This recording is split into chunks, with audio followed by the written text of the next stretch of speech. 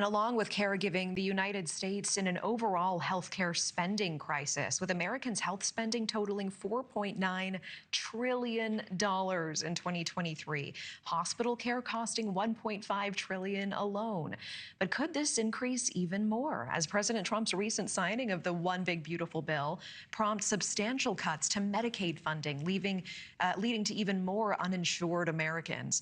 We're breaking this down even further. Joining us now, President and co-founder of the Center for Medicine in the Public Interest and visiting professor at the University of Paris School of Medicine in New York City, Peter Pitts. Peter, appreciate you being here.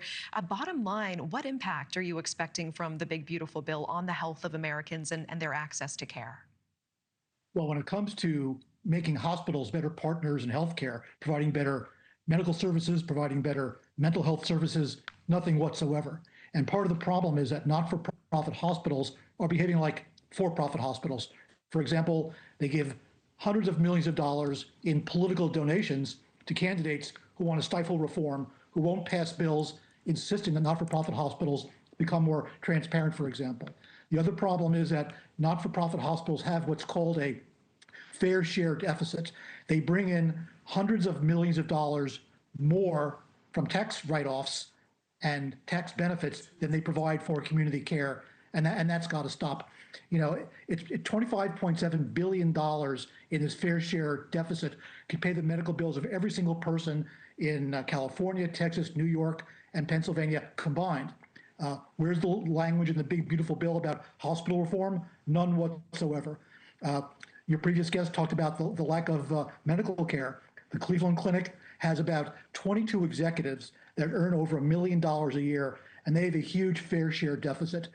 Where's the legislation? Where's the oversight?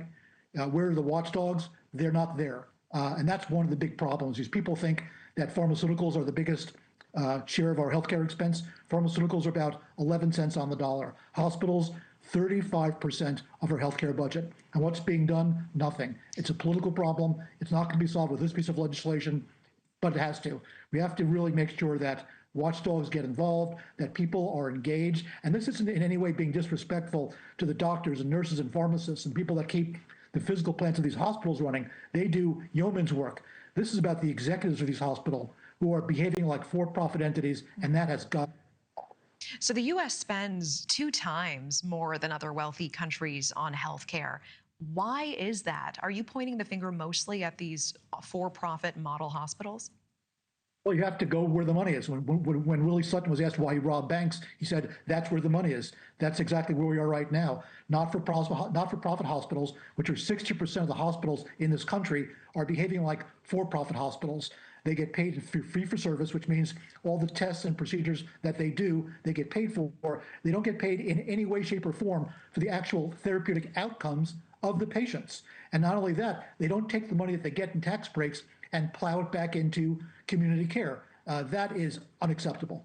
Peter Pitts, really appreciate you coming on tonight. Thank you. Pleasure. Thank you very much. Thank you for watching. Subscribe below and download our NewsNation app right now on your phone, and you will get fact-based, unbiased news for all Americans.